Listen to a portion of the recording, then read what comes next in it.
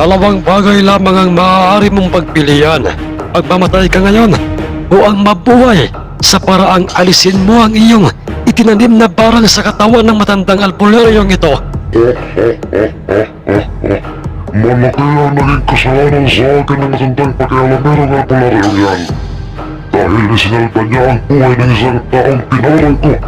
Dahil sa kanyang malaking pagkakautang sa akin, piniligtas ng matandang alpularyong yan ang buhay ng taong yan.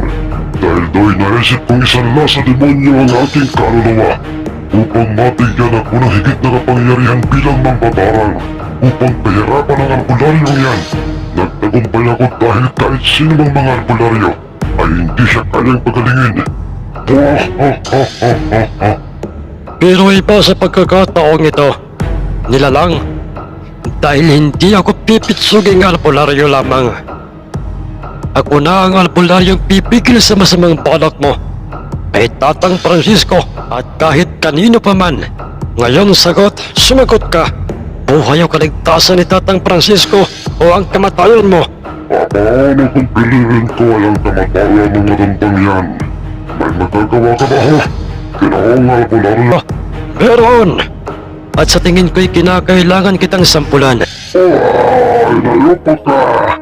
Papaano at saan mo natutuwa ng mga ganyang mga usan masakit at parang nahihirapan akong huminga? Ganoon ba?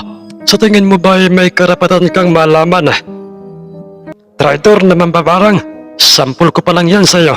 At sa oras na hindi mo alisin ng iyong itinanim na barang sa katauhan ni Tatang Francisco, ay tutuluyan na kita.